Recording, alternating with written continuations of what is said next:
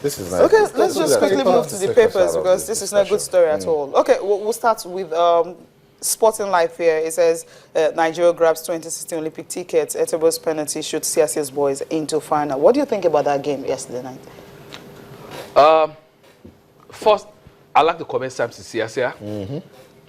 He said before the game that Nigerians were going to see a team that was going to play the kind of football that was different from the other 3 matches that we're seeing against Mali, against Egypt, and Algeria.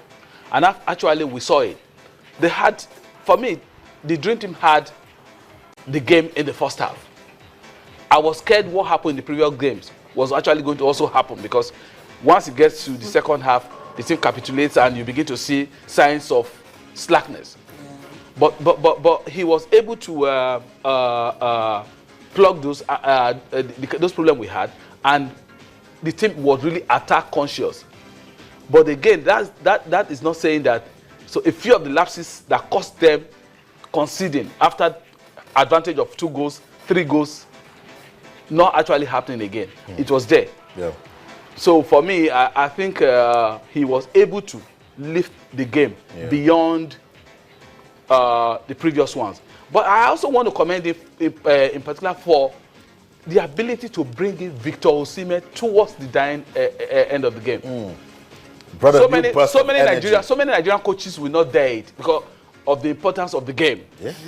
But here is Siasia. He likes adventure. Yeah.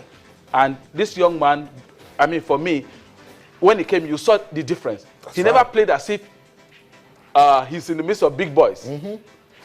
What that thing has done to that boy's ego now is that he has lifted him. The confidence is coming in. I bet you Pele played for Brazil at 17. I don't know why we keep talking about under 17 players not being able to play for the senior national team. And then you say 17 is young, 30 is too old. For me, I think I'm going to comment CSC for being able to do that. So many Nigerian coaches will not do that. Let's go to Sports Day now. I've got a very, very worrying one for me here. Amunike snubs Eaglet's extension. What can you tell us about the story? The extension thing is, you see, we have a culture where any Nigerian coach that has done well with a particular team always look forward to advancing with the team. I think for me, he probably had in mind that having won the Under-17 World Cup in Chile with the Under-17, he was going to be moved up. He will graduate with the team. So let me use that word. Graduate with the team to the Under-20 rank. For you to now say he should stay back with Eaglet and be assistant to Manu Garba at Under-20 level, for me, I think it poses a little bit of problem. But again, we should also not lose sight of the fact that some of the countries that have actually been doing well in South America, for instance, youth coaches are usually left with the experience is different from coaching senior teams. Yes. So we should get out of this mentality of, look, I must graduate with my team to the next rank. It shouldn't be. Do I agree with you? Because you have a story to tell the next crop of players. You tell them, look, this is what we did with Taiwo Awoniyi, with Kelechi Iheanacho, with Victor Osimhen. You know, not when you now abandon and you bring.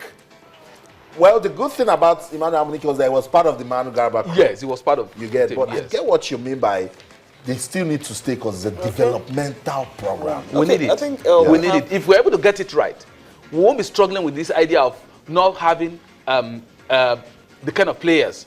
Kind of foundation. In fact, we're not having problem of a foundation of quality players coming from the rank to the senior national team. Yes, and with that, the coach of the team that is just advancing can actually advise maybe Coach Sunday Olise on this player, and then this one coming up, he say, look, I told Victor Osimhen this, he did it, now he's with the Super Eagles, but if you're not there anymore, that is lost. I believe the story is deeper than what we're saying right now. We will keep an eye on it. We'll keep an eye on it. I think we'll dig more and find out exactly what is behind it. We'll call Ben a liar. Ben a liar will explain. So Ben, if you're watching, we're coming for you on that story. All right, let's go to the complete sports now. And after this, we'll just go into the Champions League proper. Yeah. I'm sure, Duro, you saw what happened last night. Arsenal, Chelsea, and qualify. Giroud hat-trick sends Gunners into knockout phase. William, 5th goal of campaign seals Blues package. Were you part of those guys that thought Arsenal wasn't going to qualify? Because when I called you, the Gunners fans... were in the background celebrating. They were yelling and celebrating. Yeah. Were you part of that team? I must confess, first and foremost, I'm a Man U fan. So you wanted Arsenal to join you in the European League? Not that. Not I wanted Arsenal to... but again, let me ask my Arsenal friends. Yeah. Have they not, over the years, been criticizing Giroud? Have they not actually been abusing him as a stupid player? Is it not the same Giroud that has... lifted them into the round of 16.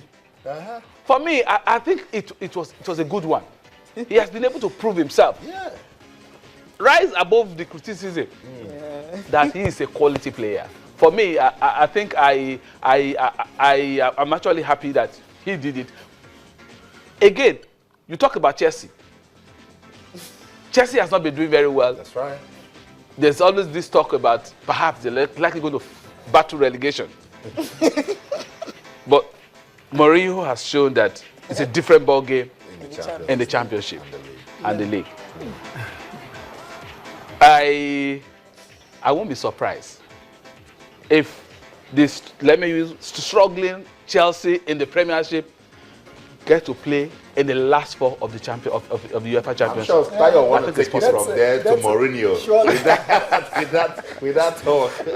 No, yeah, seriously, I wouldn't be surprised at all. We've seen situations and years where Chelsea, the last time they won it, actually, they were not too good. They were not in too the good. Premier League. So that can happen again. But Jose Mourinho and Arsene Wenger, the 2 coaches that were under pressure yesterday, they've been reacting to the amazing performances and put up by their teams on Monday, 6th of the Champions League. The thing that I'm more happy with, apart of the result, is the fact that we need 1 point to qualify, and the players, they accept the challenge of play to win. And that is not easy when the moment is so bad, when the results are so negative, when the pressure is so high. And they were brave to accept that when we score the first goal, then Porto is in a difficult position because they need to win. The point is not enough for them. We know that we can concede a goal and still qualify, so I think the first goal would be always fundamental in the game. I think every second a team wants to play us. They don't want to play Barcelona, they don't want to play Real Madrid, they don't want to play Atletico, they don't want to play Bayern. I think every team finishing second, they want to get us, they want to get Zenit. I think it is a fantastic achievement for us because when you look at the lost in the last 3 weeks, we lost Coquelin, we lost Cazorla, we lost Sanchez, and we came with all the other injuries who were already out. I think not many people gave us a chance, but we are a real team. And in the dressing room, this team is very close because you needed a perfect performance to score without conceding a goal. And that is not easy here because we are a good side. It was a perfect one because he scored a header, one with a good combination, I must say, with a great pass from Campbell, and a penalty. On top of that, I believe that he was sometimes in uncomfortable positions. He did fight like Matt, and he has shown skill and character. A lot of character, of course. Giroud was really focused and he gave them that hat-trick. Did you notice the energy in Mourinho's voice? Things are beginning to change. Mourinho is not that down anymore. Oh, yeah, success is sweet. Yeah, but then that's what victory does. Yeah, I know. He has a way of raising your morale. And hopefully Chelsea can, translate that form into the Premier League season. They go to Leicester next. Leaders easy. Leicester. Why are you bringing that up? Okay, Duro, your final word to your Man U fans who actually are off to Looking forward Europa. to Europa. Okay, Xavi Hernandez have actually scored 5 goals in the Champions League this season, and Man United, the whole team, 7 goals in the Champions League. Xavi Hernandez. Don't go there. Chicharito. Chicharito. Okay.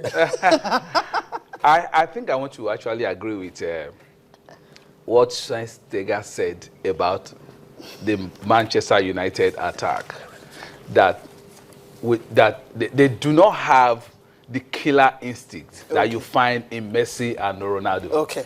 And until we're able to solve that problem, I think the team keeps struggling.